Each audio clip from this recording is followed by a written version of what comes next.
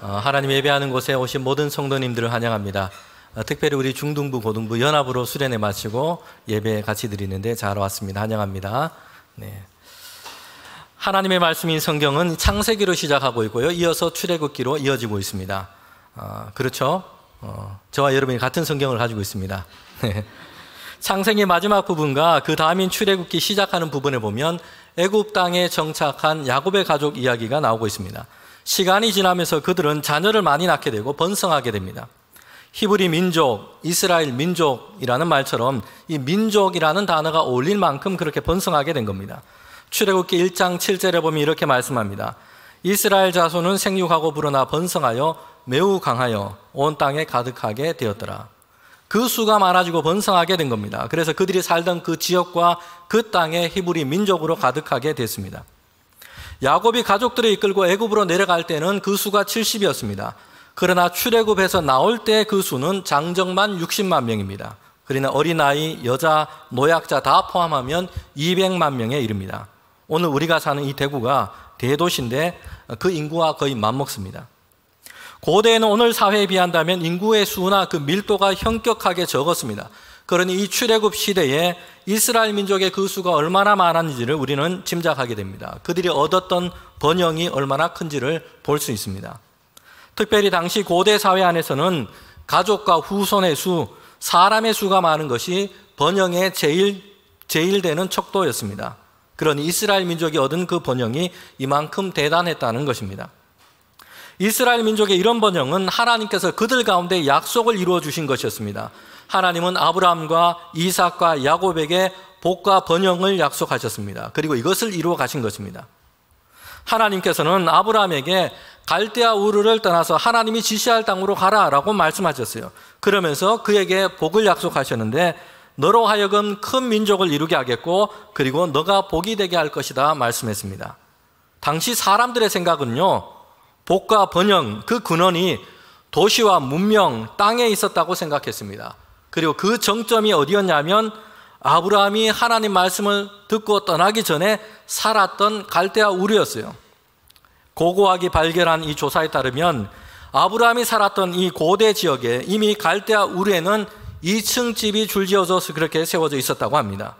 그러니 이 갈대아 우르에 살고 있다는 것은요, 당시 사람들에게는 복과 번영의 상징과도 같았습니다.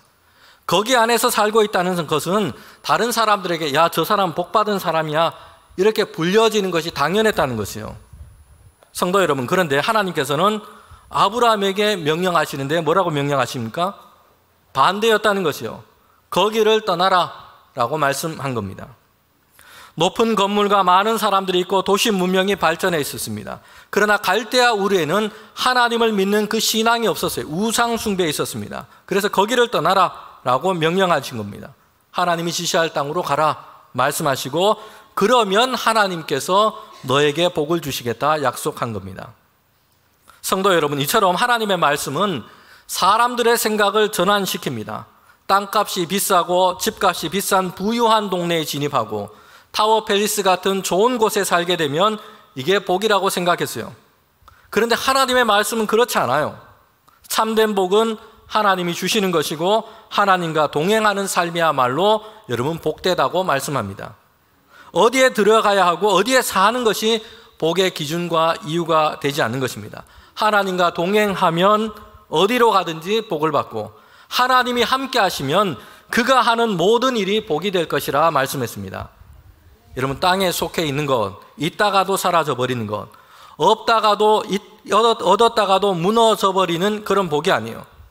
그 위에 하늘 문이 열리고 세상 만물을 주관하시는 하나님이 주시는 이 은혜와 복을 얻게 될 것이라 말씀했습니다. 여러분, 이것이 오늘 우리에게 성도들에게 하나님이 약속하신 축복인 겁니다.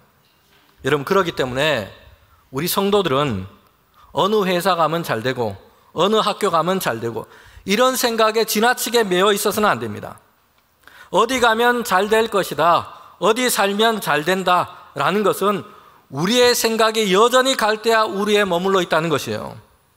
이런 생각은 하나님께서 아브라함에게 떠나라 하신 갈대아 우르적인 사고방식인 겁니다. 하나님을 믿는 성도들은 그 생각의 구조가 바뀌어야 돼요. 갈대아 우루적인 사고방식을 떠나서 이제는 하나님께서 주시는 그 복의 언약을 우리는 따라 살아가는 것입니다. 하나님이 함께 하시고 하나님의 은혜를 입은 자들은요, 회사나 학교 이름 덕보고 사는 자들이 아니에요. 하나님이 함께 하시고 하나님의 은혜를 입은 자들은요, 그가 어디에 가든지 그가 일하는 회사가 그 사람으로 인하여 복을 얻게 될 겁니다. 그리고 그가 공부한 학교가 그 사람의 덕을 보게 되는 겁니다. 이것이 아브라함에게 약속하신 약속이에요. 하나님께서는 아브라함에게 약속하셨는데 하나님의 말씀을 따라서 걷고 하나님과 동행하는 자가 되면 너는 복이 된다라는 것이요. 그러니 아브라함이 어디로 가든지 그가 있는 곳은 아브라함으로 인해서 하나님의 복을 얻게 되는 겁니다. 물론 하나님이 주시는 이 복은 수가 많아지고 소유가 넉넉해지는 것만으로 대변되지 않습니다. 하나님이 주시는 복은 하나님이 다스리는 평강과 기쁨을 얻는 것이고 하나님이 주시는 이 풍성함을 누리는 삶입니다. 여러분, 오늘 본문은 이 요셉의 이야기와 연속성상에 있습니다. 형들의 시기를 받아서 이제 노예로 팔려가게 되는데 많은 시련과 어려움이 있었지만 요셉은 팔려간 애굽 땅에서 총리까지 이르게 됩니다. 한번 보십시오. 그 큰 나라 애굽이 요셉의 덕을 봐서 살게 된 겁니다. 하나님의 영에 감동된 요셉 덕분에 큰 흉년을 대비할 수 있게 됐습니다. 요셉은 하나님 덕분에 살고 그리고 하나님이 함께 하시는 사람 그 요셉 덕분에 그 큰 나라 애굽이 살게 된 겁니다. 애굽의 총리가 된 요셉은 흉년과 기근을 피할 수 있도록 그렇게 아버지 야곱과 그의 가족들을 다 애굽으로 이주하도록 했어요. 그리고 그 땅에서 야곱과 그 후손들이 크게 번성하게 된 겁니다. 번영과 번성이 이루어진 그곳은 애굽 땅이었어요. 애굽 땅에서도 이주한 그곳에서도 하나님은 그들 가운데 번성하도록 하신 것입니다. 어디로 가든지 하나님이 그들 가운데 계셔서 이 일을 행하신 것이에요. 성도 여러분, 그런데 그 다음에 나오는 성경의 말씀에 보면 이렇게 번성한 이스라엘 가운데 어려운 시대가 지금 다가오고 있다는 것을 보여줍니다. 출애굽기 1장 8절의 말씀에 보면 요셉을 알지 못하는 새 왕이 일어나서 애굽을 다스리더니 라고 얘기합니다. 무엇인가 큰 변화가 있는 것이죠. 요셉을 알지 못하는 왕이 지금 애굽을 다스리게 된 겁니다. 그리고 요셉이 애굽을 위해서 행했던 그 일도 사람들 가운데 잊혀지게 된 것입니다. 여러분, 이게 무엇을 뜻하겠습니까? 특별히 이스라엘 백성이 애굽살이를 하는 데 있어서는 요셉의 이름이 그렇게 중요했던 겁니다. 이것이 잊혀졌다는 것이요. 뭘 의미하겠습니까? 이스라엘 백성은 이주민으로 애굽 땅에 와서 살아가게 됩니다. 사회적으로 보면 그들은 약자였고 을의 존재였습니다. 그래도 그나마 요셉을 알고 있었기 때문에 애굽의 왕과 애굽의 사람들이 요셉이 애굽을 위해서 행했던 그 일을 알고 있었기 때문에 여러분, 이스라엘 민족들은 환대를 받았고 친절과 우호를 받을 수 있었습니다. 그런데 요셉을 이름을 기억하는 사람들이 다 얻게 되게 된 겁니다. 행했던 일도 잊혀졌으며, 그러니 이제 그들이 받았던 친절, 우호, 환대가 끝났다는 것이에요. 실제로 야곱과 그의 가족이 어떻게 애굽 땅으로 들어왔는지를 우리가 보게 되면 요셉이 있었기 때문에 가능했어요.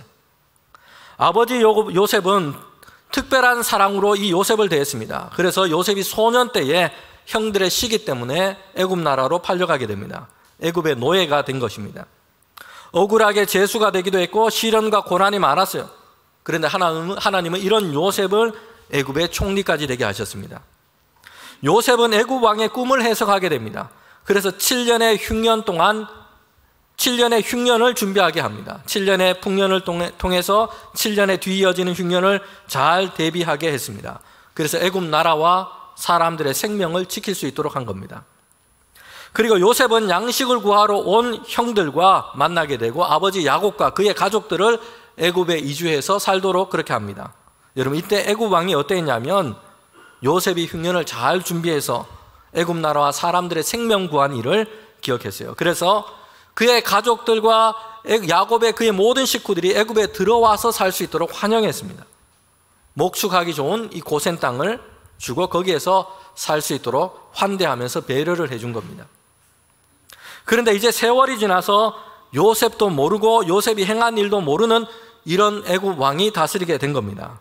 그러니 이제는 애굽 왕에게는 이스라엘 민족이 곱게 보이지 않습니다. 이스라엘 민족은 번성했고 그 수가 많아졌어요. 애굽의 왕의 입장에서 본다면 이런 이스라엘 민족이 이제 그들의 대적들과 내통을 하고 그리고 힘을 합쳐서 반란을 일으키게 될까 두려웠던 것입니다. 이런 생각까지 미치게 된 것이에요. 그러니 이제는 이스라엘 민족을 그냥 곱게 내버려 두어서는 안 된다라고 생각을 하게 됐습니다. 그래서 이제 이스라엘 민족에게는 애굽의 왕에 의해서 고난과 고통의 시간이 그들 가운데 밀려오게 된 겁니다. 애굽 왕은 이스라엘 민족이 얻었던 이 번성을 저지하기 위해서 온갖 악한 방법과 계획들을 다 실행하게 됩니다. 성도 여러분, 이제 애굽살이에서 이스라엘 민족 가운데 요셉이라는 이름이 지어지게 됐어요. 이 일은 이스라엘 민족에게는 크고 어려운 일이 될 것입니다. 요셉이라는 이름이 애굽살이에서 얼마나 유용했습니까?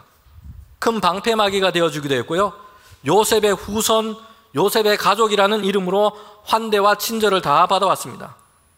다른 이민자들은 생각할 수 없었던, 얻지 못했던 호의를 다 받았어요. 그러나 요셉이라는 이름이 지어지고 나자 그들이 받았던 환대, 친절, 환영은 사라지게 됐습니다. 더 나아가서 애굽 왕은 이제 엄청난 시련과 어려움을 이제 이스라엘 민족 가운데 가하게 된 겁니다. 그런데 오늘 우리가 이 성경을 읽으면서 생각해 볼 것이 있습니다. 그럼에도 불구하고 이스라엘 민족의 번성은 멈추지 않았다는 것이요. 계속해서 더 번성하게 됩니다. 성도 여러분, 이게 뭘 얘기를 해줍니까? 이스라엘 민족의 번성은 요셉 덕분만도 아니고 애굽 사람의 친절과 한대로만 된 것이 아니에요. 하나님께서 그들 가운데 행하시고 그들 가운데 주신 것이었습니다. 요셉의 이름이 애굽 왕과 사람들 가운데 지어져서 이스라엘의 민족이 당하는 어려움이 있어요. 그러나 이를 통해서 그들이 기억해야 할 분명한 것이 드러나게 됩니다. 이스라엘 민족을 번성하게 하시는 것은 하나님이셨다는 것이요. 하나님께서 그들을 번성하고 하게 하고 계시다는 겁니다. 애굽 땅에서 이스라엘 민족은 요셉의 이름을 걸고 살았어요. 얼마 동안 잘 통했습니다. 요셉이라 가족이라 하면, 요셉의 후손이라고 하면 환영을 받았어요. 그런데 요셉이라는 이름이 그들의 생명과 복의 근원이 될 수 없습니다. 하나님의 이름이 걸려 있어야 할 자리에 대신할 수 없는 것입니다. 성도 여러분, 우리의 인생과 삶에서 하나님의 이름이 새겨져 있어야 하는데 거기에 다른 이름, 다른 것을 걸어놓고 있지 않은지 우리는 생각해 봐야 합니다. 생명과 복의 근원은 하나님이세요. 생명과 복의 이유는 하나님이신 겁니다. 여러분, 이스라엘 민족을 향한 애굽 왕의 압제가 시작되었어요. 먼저 행한 것은 중노동을 시켜서 그들의 마음과 몸을 피곤하게 만드는 것입니다. 그래서 국고성 비돔과 람셋을 건축하는 일을 이 히브리 사람들에게 시킨 겁니다.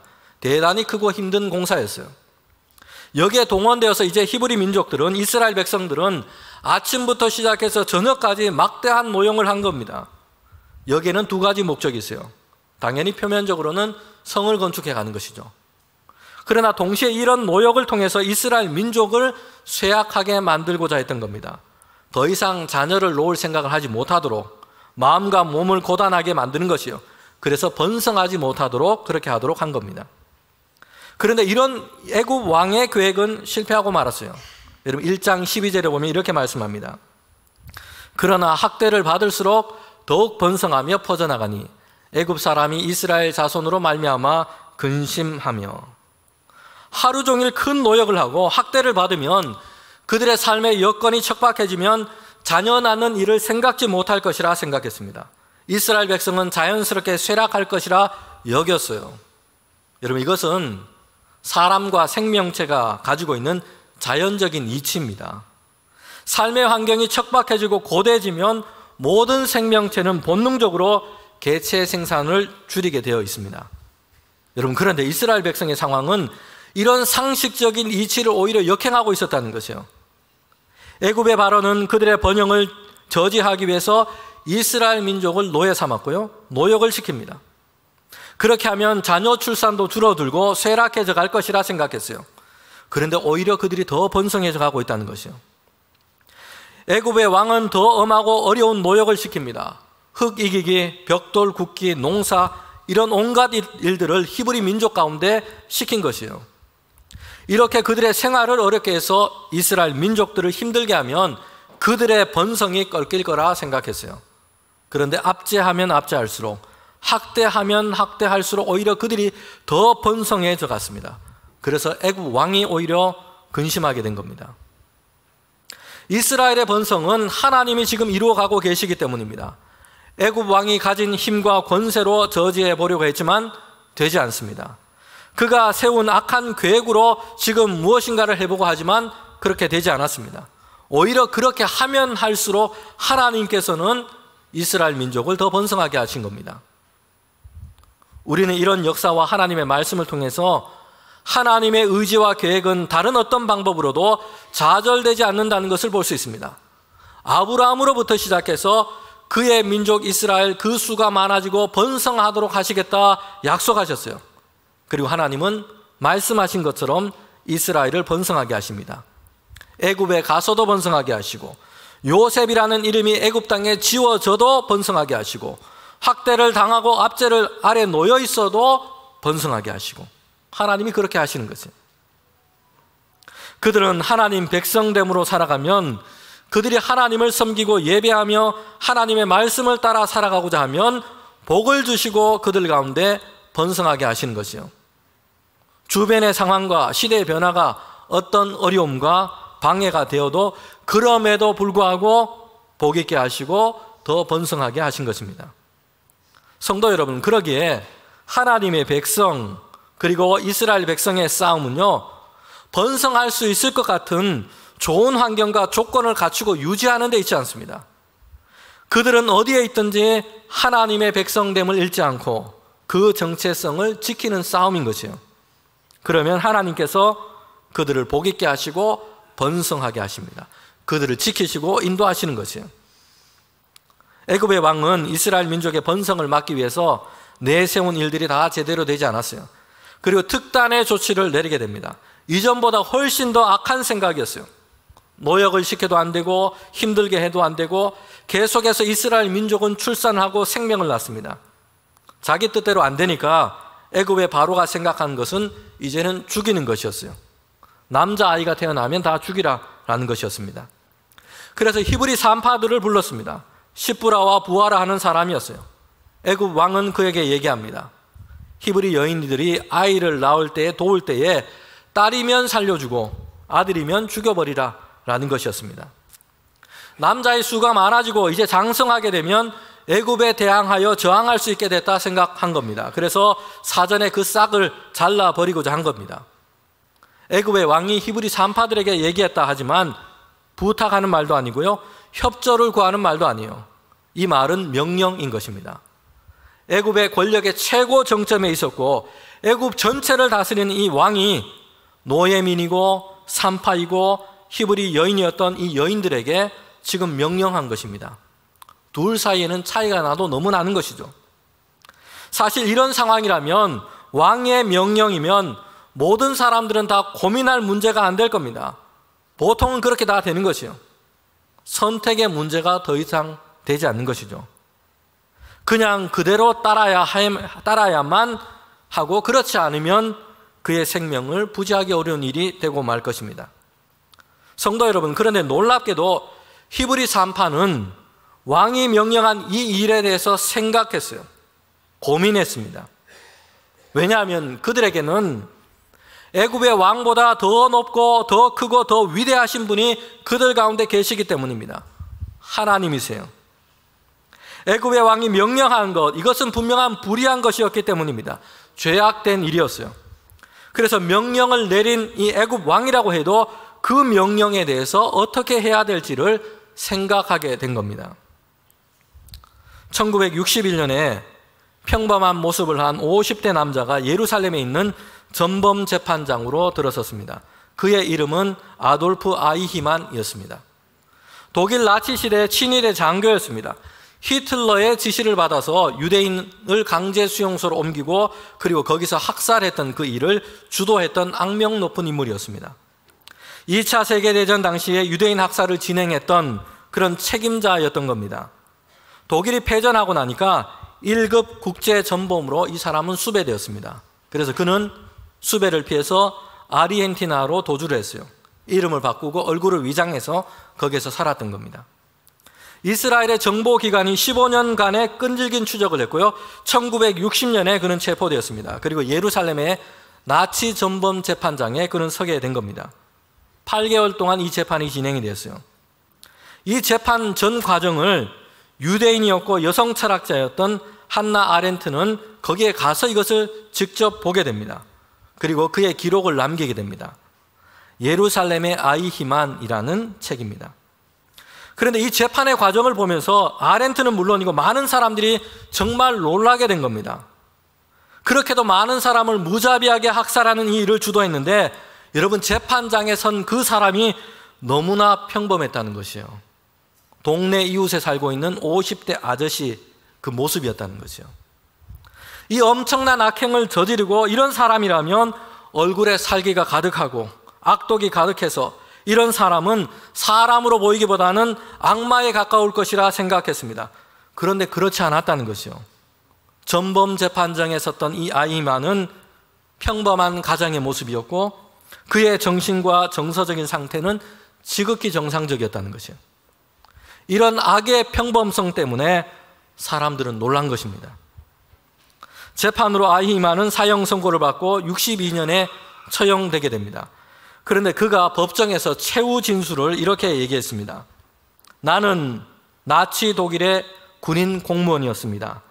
나는 단지 내게 주어진 합법적인 명령을 따랐을 뿐이었습니다. 그러기에 나는 신 앞에 유죄이지만 법 앞에는 무죄입니다. 그는 자신에 대해서 이렇게 변호를 한 겁니다. 그러자 검사가 사형을 구형하면서 그에게 이렇게 얘기합니다. 당신의 죄를 말하겠습니다. 생각하지 않은 죄, 그리고 행동하지 않는 죄, 이것이 피고의 진짜 죄입니다. 상부에서 아이히만에게 주어진 명령은요, 유대인에 대한 무자비한 학살이었어요. 사람을 죽이는 것이었습니다. 그런데 이런 악한 명령에 대해서 그는 생각하지 않았어요. 그대로 따른 것입니다. 생각하지 않은 죄, 행동하지 않은 죄였습니다. 성도 여러분, 오늘 성도들도 우리도 생각하지 않은 죄를 짓고 세상 가운데 살아가기 쉽습니다. 야, 이게 대세야. 이렇게 해야지. 이게 세상 사는 방법이야. 좋은 게 좋은 거야. 다들 그러는데 뭘, 눈 감고 살아. 성공해야지. 이런 말에 대해서 우리는 생각하지 않고 살아가는 것이요.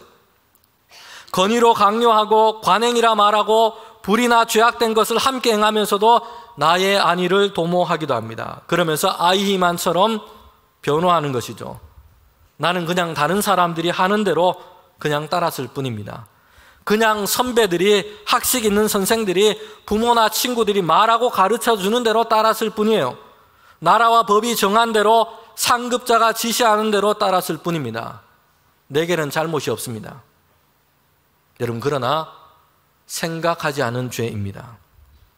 우리가 만나고 있는 삶의 과정과 일에 대해서 하나님의 말씀과 뜻을 따르는 것이 과연 무엇인지 기도하고 생각하지 않았습니다. 비록 하나님께서 기뻐하시고 원하시는 것이 무엇인지 알면서도 당장 눈앞에 보이는 순간의 유익이나 세상과 사람들에 대한 두려움 때문에 그것을 살아내지 않았습니다. 생각하지 않은 죄, 행동하지 않은 죄인 것입니다. 히브리 산파들은 애굽의 왕의 명령을 받았습니다. 그 명령은 히브리 남자아이들을 다 죽이라는 것이에요. 히브리 산파들은 생각하지 않은 죄를 짓지 않은 것입니다. 왕의 명령이지만 그 명령은 죄악된 것이기 때문에 어떻게 해야 할지를 생각했어요. 그리고 왕의 명령을 거부합니다. 아기들을 죽이지 않고 살리기로 작정한 것입니다. 히브리 산파인 시브라와 부하는 애굽 왕이 내린 명령에 대해서 생각했습니다. 이것이 하나님 보시기에 어떠한 일일지를 생각했습니다. 그리고 선택의 문제 앞에 서게 된 겁니다. 애굽 왕의 명령은 하나님의 말씀과 명령에서 어긋난 것이었습니다. 불의한 것이었고 사람의 생명을 죽이는 죄악된 일이었습니다. 왕이 내린 이 명령, 이것을 지키지 않았을 때는 그들에게 위험이 닥쳐올 수도 있습니다. 그러나 그들은 하나님의 법이냐, 하나님의 말씀이냐, 아니면 애굽 왕의 명령이냐, 이 선택의 문제 앞에 서게 된 겁니다. 성도 여러분, 이 선택의 문제는 모든 사람들이 매우 자주 만나는 일이기도 합니다. 보통 하루에 사람들은 70번 정도 의식적으로 선택을 하는 일을 만나게 된다 합니다. 여러분, 1년이면 25,550번 됩니다. 한 사람의 일생은 그가 일생 동안 내린 선택의 총합입니다. 그가 어떤 사람이고 누구인지 가장 잘 설명해 주는 것도 어떤 선택을 하며 살고 있는가, 이것을 보면 됩니다. 히브리 산파의 선택은 무엇이었을까요? 출애굽기 1장 17절에 이렇게 말씀합니다. 그러나 산파들이 하나님을 두려워하여 애굽 왕의 명령을 어기고 남자 아기들을 살린지라. 애굽의 왕보다도 하나님을 두려워했습니다.